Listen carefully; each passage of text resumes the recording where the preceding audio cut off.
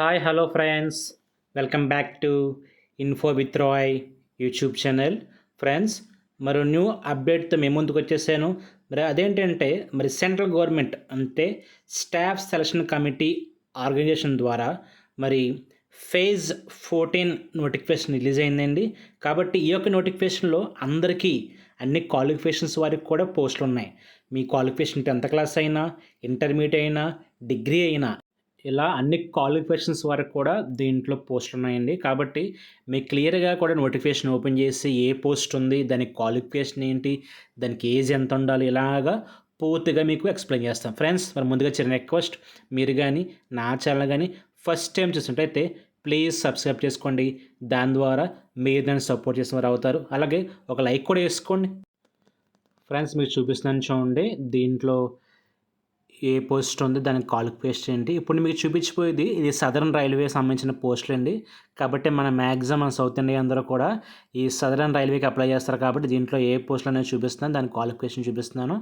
ముందుగా navigation assistant ఉంది, అవి ఇంటర్ క్వాలిఫికేషన్. అలాగే ఫార్మ్ అసిస్టెంట్, అది కూడా ఇంటర్ క్వాలిఫికేషన్.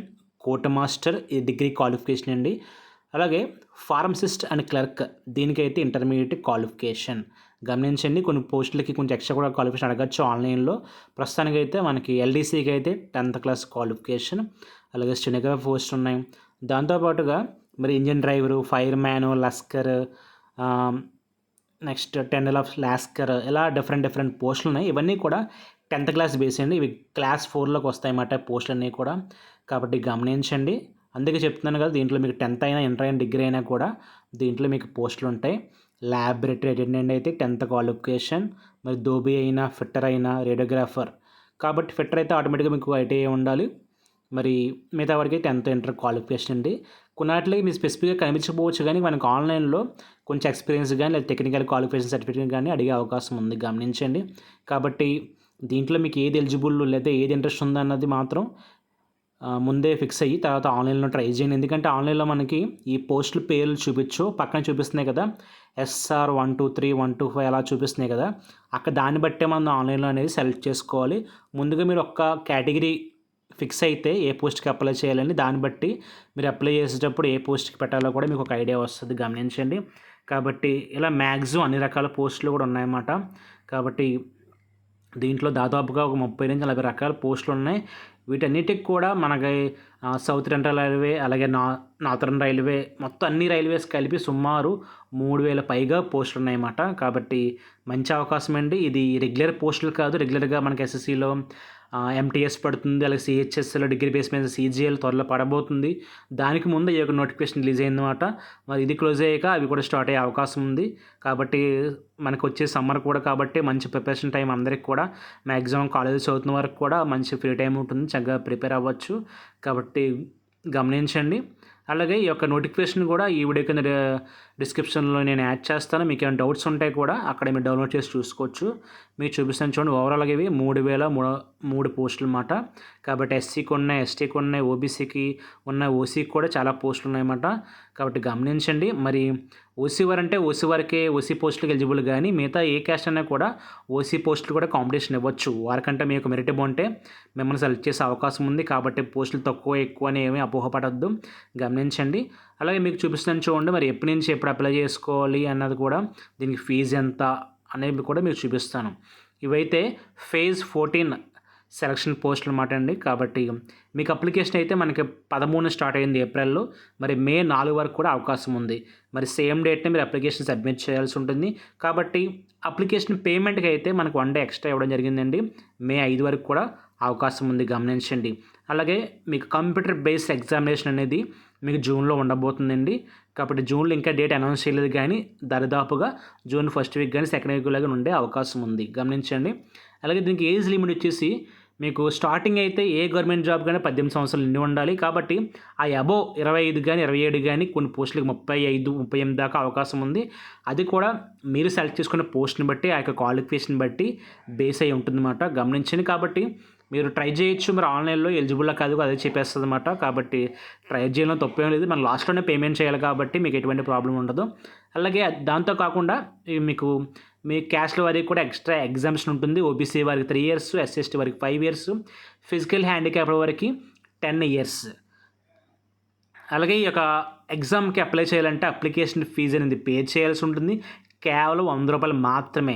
ఈ రూ. 100 కూడా ఎవరికి అనుకుంటున్నారు? ఎవరైతే జెంట్స్ ఉన్నారో ఓసీ అయినా, బీసీ అయినా వారికి మాత్రమే.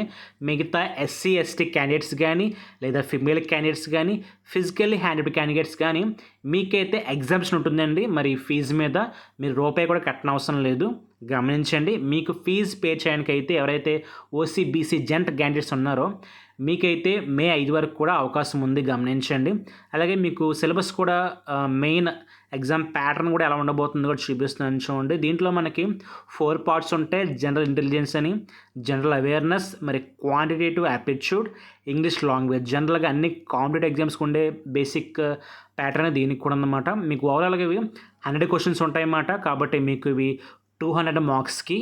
మీకు ఎగ్జామ్ డ్యూరేషన్ వచ్చేసి మీకు 60 మినిట్స్, ఇంచుమించు మనకి 1 అవర్ పాటు మీకు ఎగ్జామ్ ఉంటుందన్నమాట. గమనించండి. అలాగే మెయిన్గా గమనించాల్సిందే నెగిటివ్ మార్కింగ్ ఉంటుందండి. కాబట్టి చాలామంది అన్నీ పెట్టేస్తారు, రాని కూడా పెట్టేస్తారు. అప్పుడు ఏమవుతుందంటే వచ్చినవి కూడా మనకి పోయే అవకాశం ఉంది. కాబట్టి నెగిటివ్ మార్కింగ్ ఉండడం వల్ల కొంచెం జాగ్రత్తగా మీకు ఏది క్లారిటీగా ఐడెంటిఫై చేసి కరెక్ట్ అనుకుంటున్నారో వాటి మాత్రం పెడితే మీకు కొంచెం ప్లస్ అయ్యే అవకాశం ఉంటుంది. కాబట్టి కట్ ఆఫ్ స్కోర్ కూడా మనకి ఎగ్జామ్ రిజల్ట్స్ టైంలో మనకి రిలీజ్ అవుతుంది. కాబట్టి కట్ ఆఫ్ స్కోర్లు జస్ట్ 0.5లో 0.2లో కూడా పోయే అవకాశం ఉంది. కాబట్టి గమనించి నెగిటివ్ మార్కింగ్ అనేది దృష్టిలో పెట్టుకొని మీరు అప్లికేషన్ అనేది ఫిల్ చేయండి, ఎగ్జామ్ రాయండి ఫ్రెండ్స్. అలాగే మీకు అప్లికేషన్ కూడా ఎలా చేయాలో చూపిస్తాను చూడండి. ముందుగా అయితే ఇంతకుముందు మీరు ఆల్రెడీ స్టాఫ్ సెలక్షన్ కమిటీ ఆర్గనైజేషన్లో ఏదైనా పోస్ట్కి అప్లై చేసుకుంటే మీకు ఆల్రెడీ వన్ టైం రిజిస్ట్రేషన్ ఉంటుందండి. ఇన్ కేస్ మీకు కానీ వన్ టైం రిజిస్ట్రేషన్ లేకపోతే మెయిన్గా ఎస్ఎస్సి వెబ్సైట్లోకి వెళ్ళి మీరు వన్ టైం ప్రొఫైల్ రిజిస్ట్రేషన్ అనేది చేసుకోవాల్సి ఉంటుంది. చేసుకున్న తర్వాత మీ దాంట్లో మీ బేసిక్ డేటా ఇవ్వాలి. జనరల్గా 10th క్లాస్ డేటాని, ఆధార్ నెంబర్ ఇవ్వాల్సి ఉంటుంది. అక్కడ మీకు మీ మొబైల్కి అనేది ఒక రిజిస్ట్రేషన్ నెంబర్, ఓటీపీ నెంబర్ వస్తుందన్నమాట. ఓటీపీ ఎంటర్ చేశాక మీకు ఒక ఐడి క్రియేట్ అవుతుంది. ఆ తర్వాత ఒక పాస్వర్డ్ కూడా క్రియేట్ చేసుకోమంటుంది. ఈ ఐడి పాస్వర్డ్ క్రియేట్ అయిన తర్వాత మాత్రమే మీరు మళ్ళీ అప్లికేషన్ లాగిన్ అయ్యి అప్పుడు మీరు ఏ పోస్ట్కి అప్లై చేయాలనుకుంటున్నారు, ఆ పోస్ట్ కోడ్ ఎంత, దానికి క్వాలిఫికేషను, తర్వాత ఫోటో సిగ్నేచర్ కూడా మీరు మొబైల్లో అప్లోడ్ చేయాల్సి ఉంటుంది. గమనించండి ఫ్రెండ్స్. ఇది సమాచారం కనుక ఇంకా మీకు ఎలాంటి డౌట్స్ ఉన్నా కూడా వీడియో కింద కామెంట్ చేయండి. అలాగే స్క్రీన్ మీద నా యొక్క నెంబర్ డిస్ప్లే చేస్తాను. మీకు కానీ ఒక అప్లికేషన్ ఆన్లైన్లో చేసి పెట్టాలంటే మేము చేసి పెడతామండి విత్ మినిమల్ ఛార్జెస్ అన్నమాట. కాబట్టి నా యొక్క నెంబర్ చూపిస్తాను. మీరు దానికి కనెక్ట్ అయినట్లయితే మీకు అప్లికేషన్ పూర్తి అప్లికేషన్ సబ్మిట్ చేసి త్రూ వాట్సాప్ మీకు పంపించడం జరుగుతుంది విత్ మినిమల్ ఛార్జెస్. లైక్ చేయండి, షేర్ చేయండి, సబ్స్క్రైబ్ చేయండి. Thanks for watching.